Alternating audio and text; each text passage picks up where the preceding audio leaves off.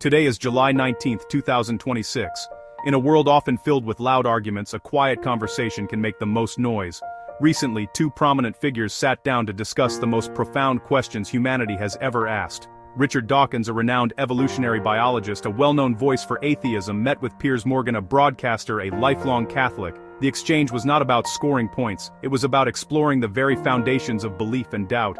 They touched upon the origins of our universe, the nature of life itself, the finality of death. This was a respectful, yet intense clash of worldviews. Each man brought a different perspective to the table. Their conversation is a clear window into the dialogue between faith and reason. We will walk through key moments, present both sides fairly, and invite you to think critically. The conversation began on familiar ground: evolution. Piers asked what we know, and what we do not know, about where we come from. Richard Dawkins answered with the clarity of a lifelong educator. Once life got started, Darwinian natural selection explains Earth's vast diversity. A 4 billion-year history from simple beginnings to branching complexity.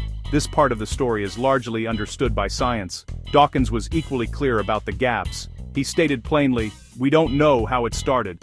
Abiogenesis, life arising from non-living matter. The original replicator was likely not DNA, but a simpler precursor. Chemistry under the right conditions can yield self-copying molecules. Copies vary, mutations arise, variation leads to competition, evolution begins. Distinguish origin of life from evolution of life, related, but not the same. Evolution explains diversification once life exists, not the initial spark.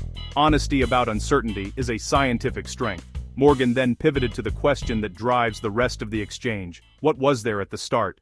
Morgan argued no human brain can truly comprehend nothingness. He inferred that something must have existed before our universe. If we cannot conceive of nothingness, perhaps a creator fills that gap. For him, science's silence here is not just a gap, it is a signpost. A supernatural explanation might be necessary. Dawkins identified the fallacy. Because I don't understand it, therefore God did it. This is the God of the gaps move. Lightning, disease, the heavens, once divine, now explained by science. As knowledge grows, the gaps where God is invoked shrink.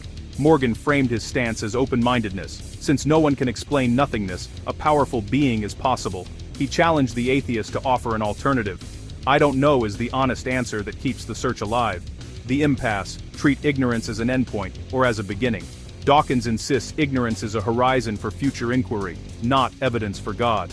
The question is not whether comfort matters, but whether an answer is warranted by evidence. Science explains complexity by starting from simpler principles. We observe a universe of immense complexity, and a biosphere that teems with life. The explanatory path builds upward from primeval simplicity. Cosmology unfolds structure from initial conditions via physical laws. A creator has to be complex. Positing a more complex creator explains nothing, it invites an infinite regress. Who designed the designer? Science resists assuming the very thing it seeks to explain. Morgan returned to, I get that, but what was there before? Traditional design infers a watchmaker from a watch. Dawkins flips it. The watchmaker would be even more complex. Natural selection uniquely builds complexity from simplicity without pre-existing design. Logic demands coherence. Intuition craves closure. Which demand should guide our conclusions? Beyond the Big Bang, time, physics, and the limits of language. We live inside time, so before feels obvious. Morgan pressed the point. Everyday experience suggests a linear before and after. Dawkins relayed what physicists like Stephen Hawking argued. Time itself may begin at the Big Bang. Without time, before loses meaning. It is like asking what is north of the North Pole. Familiar words can fail at cosmic scales. Our brains evolved for medium objects, medium speeds, linear time. They are not built to intuit quantum reality or origin spacetime. Morgan acknowledged this limit and took it as a signpost. Dawkins took it as a call to let mathematics and physics go further than intuition. Humility means accepting the universe need not fit our common sense. Trust the process of science to unravel mysteries, even when answers feel strange. The specter of the unprovable. Morgan noted Dawkins cannot know for sure that God does not exist. That is the argument from ignorance. It shifts the burden of proof to the skeptic. Dawkins replied, light-hearted, I don't know that fairies don't exist. There may be leprechauns for all I know. The flaw appears. If non-disprovability justifies belief, you must admit everything not disprovable. Invisible dragons, Russell's celestial teapot. In rational debate, the claimant bears the evidence. Science does not disprove every imagined entity. Without this rule, inquiry drowns in infinite possibilities. Faith, for many, is a different way of knowing than science. But by logic's rules, Dawkins' move is checkmate. Consciousness, death, and the tunnel of light. I believe that when I die, I shall rot, and nothing of my ego shall remain. For Dawkins, consciousness is what the brain does. When the brain ceases, the self goes with it. Morgan cited near-death experiences as hints of a soul. Tunnels of light, euphoria, out-of-body reports. Dawkins pointed to research. Susan Blackmore. Oxygen deprivation affects the visual system, producing a bright center and dark periphery. Euphoria can follow from brain chemistry under stress. Natural accounts mean NDEs are not necessarily evidence of a departing soul. I was dead for billions of years before I was born and never suffered the smallest inconvenience.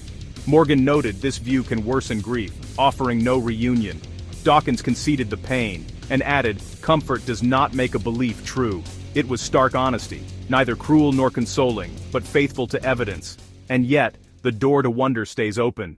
This was a masterclass in civil, rigorous disagreement. No dramatic conversion, no clear winner. Morgan trusts that reason's limits point toward a creator. Dawkins holds that I don't know is the most honest start. He exposed the god of the gaps and burden of proof shifts. A complex creator solves less than it assumes. Start simple, test hard, follow evidence. Do we fill gaps with the supernatural, or keep searching for natural explanations?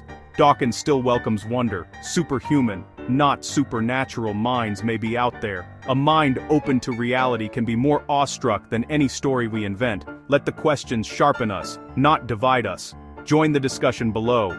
Keep it thoughtful and respectful. Subscribe to Sacred Arguments for more debates, speeches, and deep dive discussions. Until next time, stay curious and be unafraid to say, I don't know.